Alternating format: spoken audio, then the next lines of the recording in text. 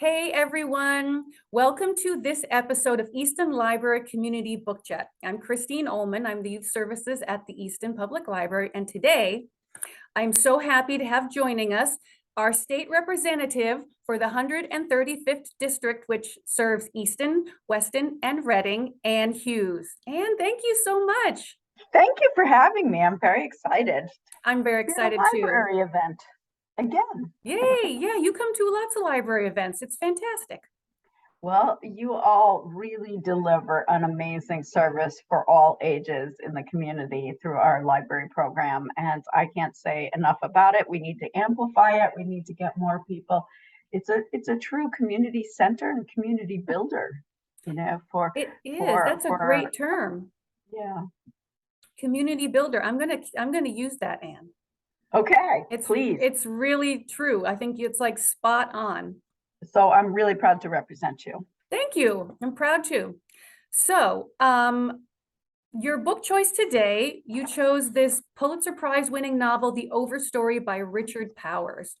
I And did. you told me our copy is checked out, so I just made a a Xerox of the cover. But you told me that you were suggested this book by some constituents. Is that right? Yes, yeah. So right next door in Reading, there is there's a battle going on between the electric company who wants to clear cut a bunch of trees, a bunch of healthy mature trees, along with maybe some dead and dying trees, and the townspeople and the town leadership and the tree conservancy, who is really alarmed by this method of protecting our power sources. And we are pushing back and asking the power company to really analyze what it would cost to bury the lines much more resilient ways, because our trees are, not only are they our carbon sinkers and they are carbon storers, but they are basically this very old, mature tree growth canopy is kind of functions like an entire bioswale for our reservoirs, for the whole Fairfield County, for, creating some drought resilient measures. And this book is like, it's a, they said you read the book and it'll change the way you look at the entire ecosystem. And I already am really a protector of the ecosystem, what's underground as well as what's on, over the ground. But it's activism and resistance in a novel form. And I'm only up to, I don't know, chapter 5 or 6 or 7 or something. But it's these concentric rings, like a tree, yeah, of interlocking stories or fables, and I don't know yet how they connect. Mm-hmm. But because I'm not finished the book, but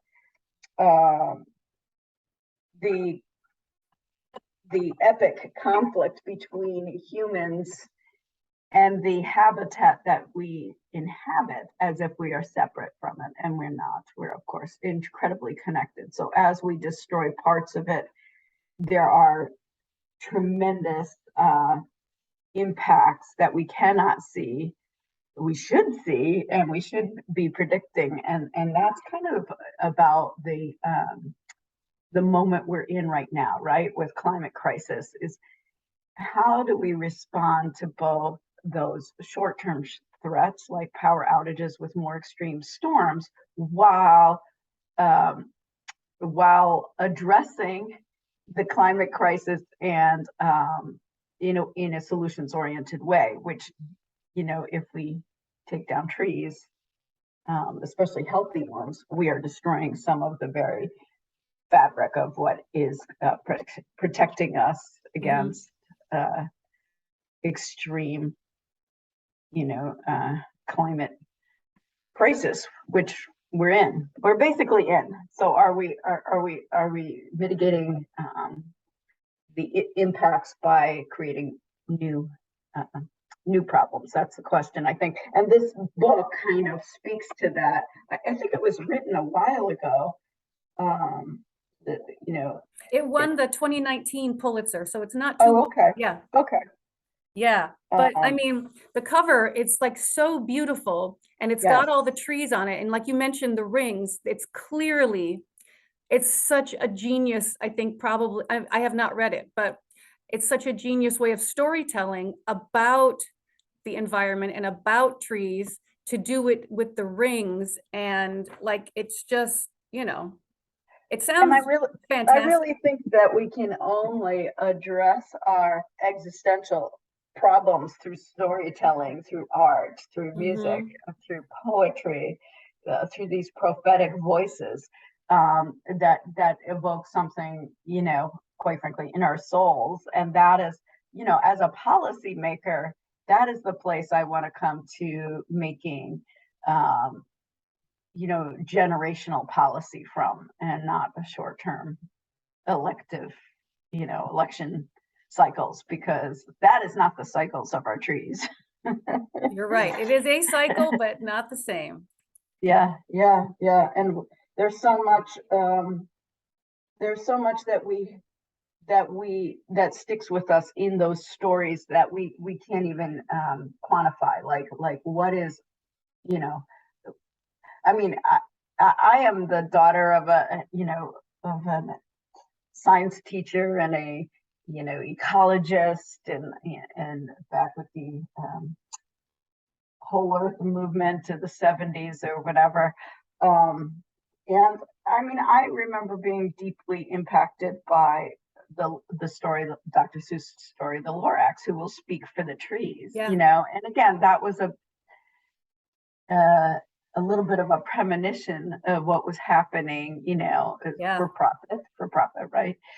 Just that story, again, a fable, looking at what we kind of do unquestioningly, and then what we're left with, and increasingly, the only antidote to despair about an uninhabitable planet for humans, not for everybody, but for humans, is activism.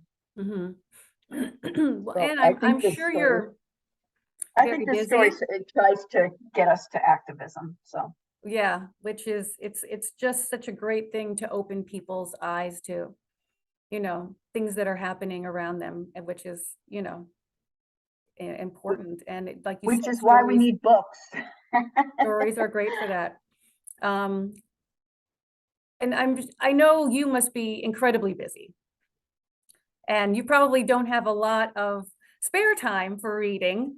But when you do read for pleasure, what do you like to read? Well, I have to admit, I read a lot of I read a lot of political books. Mhm. I'm reading. Um, well, I mentioned the Naomi Klein books, which I've been really also struck by.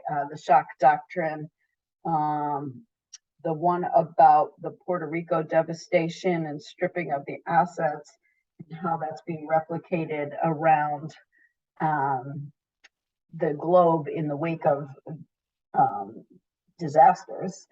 Uh, and I'm reading that. Oh, it's a small book. What is the? Um, it's in my car. So when I'm sitting, when I'm sitting waiting for an event to open or something, Mhm. I can start to look at it. Oh yeah, Sorry, having a book with you is a great idea, grocery my line, my even a couple entire minutes. my entire back of the the back of my car is several campaign worths. Um, it's let's see, where are my pictures? Oh, I went to the Mark Twain Book Fair, which is our sister book fair Yeah. in Reading, and picked up a couple of books. And again, I get tempted by books. I'm thinking, oh, I'll read this. Well, this one's short. I'll read this, but I don't have a lot of time for books, and I really have to make myself take some time, because Hmm. I feel like I ought to be doing something else. That's the way our society has changed. Yeah, it's true. We are busy. Oh, and our book sale is coming up this weekend. Yes, tell me about it. Tell me when it is and tell me all about it so we can So put that it's out there. the children's sale is the first day, which is this Okay. Friday. And that's at That the library? it's here at the Easton Okay. Library. That's going to be the Okay. children's sale is just in the afternoon from 3 to 5. Okay. And then Saturday and Sunday, I think the hours are 10 to 4. Open to everyone. And I was just here last night with the scout troop, Oh, loading in boxes, and we have a ton of stuff. We've gotten like just hundreds of donations from the community, and we've got it's great stuff, really great. so how many people are you expecting? Ooh, I don't know, a lot. Okay, great, great. Yeah, I Yeah. think that's when people get reminded of how exciting it is to bring a couple of new books that pique our interest home and delve into them on a rainy day or something. You know, Yeah.